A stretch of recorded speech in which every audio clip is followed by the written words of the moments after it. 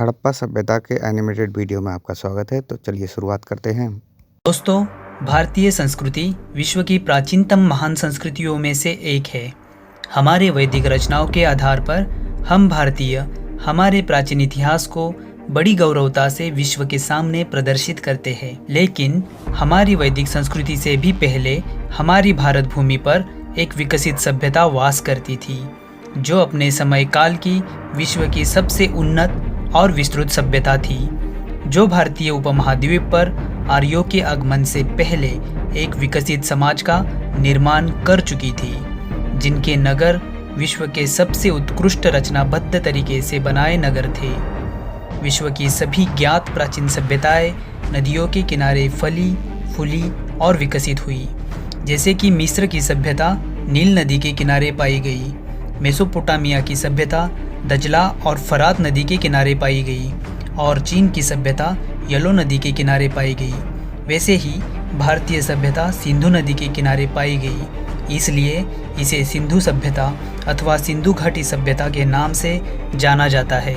तो चलो दोस्तों, आज हम जानते हैं 5000 साल पुराने हमारे इस भारतीय सभ्यता की रोचक तथ्यों को और समझते हैं इस सभ्यता की विशेषताओं को, जो इसे दुनिया की सबसे उन्नत सभ्यता का दर्जा देती है।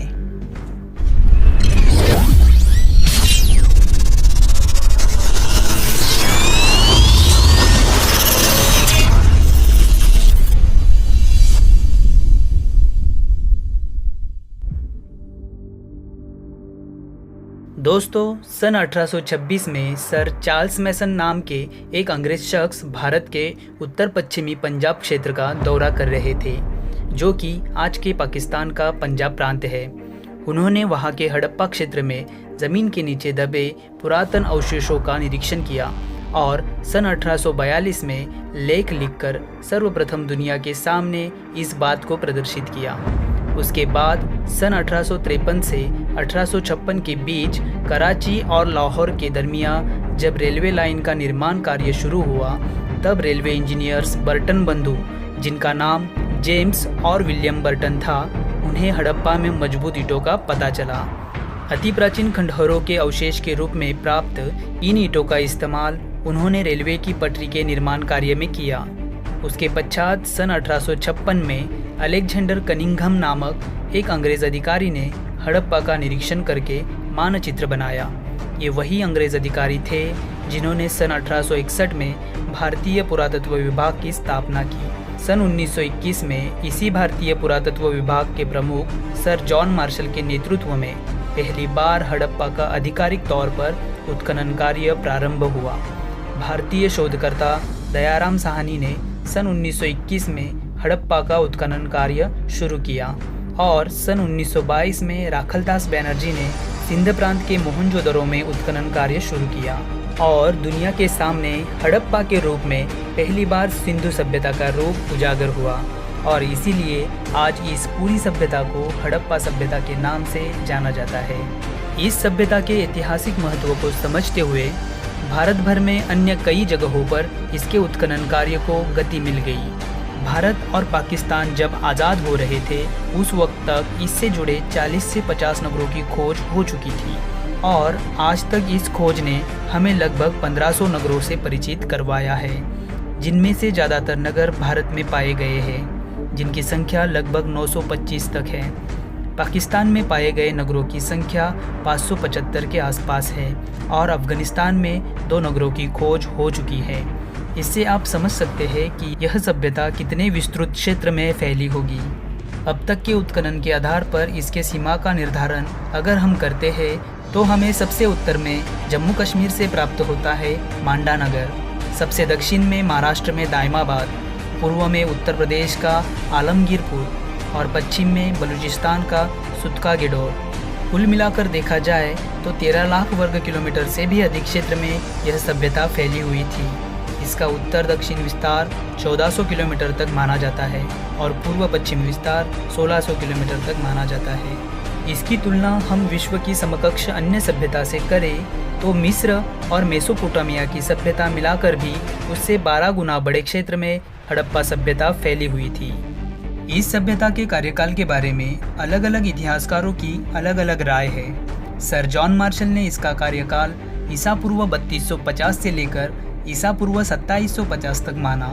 वही कार्बन 14 डेटिंग प्रणाली के आधार पर सर डीपी अग्रवाल ने इसका कार्यकाल ईसा पूर्व 2300 से लेकर ईसा पूर्व 1750 तक माना है। लेकिन ज़्यादातर इतिहासकार इस सभ्यता के कार्यकाल को ईसा पूर्व 2500 से लेकर ईसा पूर्व 1750 तक मानते हैं।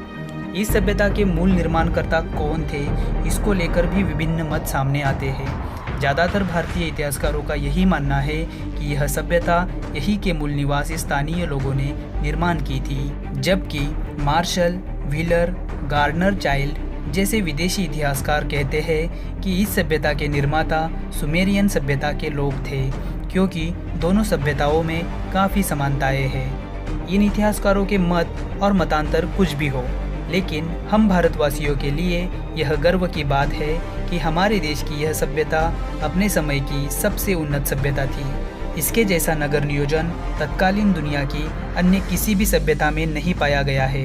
इन लोगों को लिपि का ज्ञान था। चित्रात्मक अक्षरों के सहारे इन्होंने अपने विचारों को लिपिबद्ध करना सीख लिया था।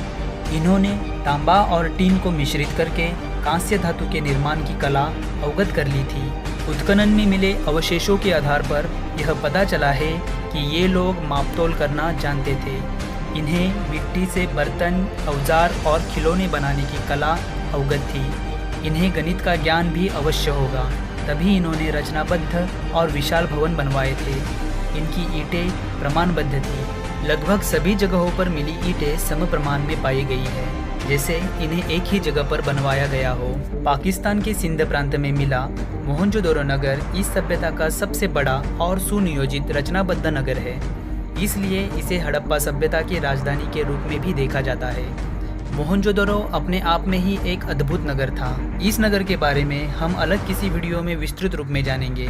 भारत के हरियाणा राज्य में खोजा गया राखीगढ़ी यह नगर भारत में खोजा गया सबसे बड़ा नगर है। भारत के गुजरात राज्य में सबसे ज़्यादा नगरों की खोज हुई है। यहाँ की लोथल नगरी बंदरगाह के रूप में प्रसिद्ध है। यहाँ से हमें प्रदेश व्यापार के प्रमाण भी प्राप्त होते हैं। ये सभी नगर विशेषतः दो हिस्सों में बटे हुए दिखाई पड़ते हैं, जिसमें ऊपरी हिस्सा पश्चिमी टीले के रूप में देखा जाता है, जो समाज के धनिक, अमीर, पुरोहितों की रहने की जगह हो सकती है। इसे दुर्ग भी कहा जाता है। और दूसरा हिस्सा पूर्वी टीला, जिसमें किसान, मजदूर और जनसामान्य वर्ग की रहने की जगह पाई गई है।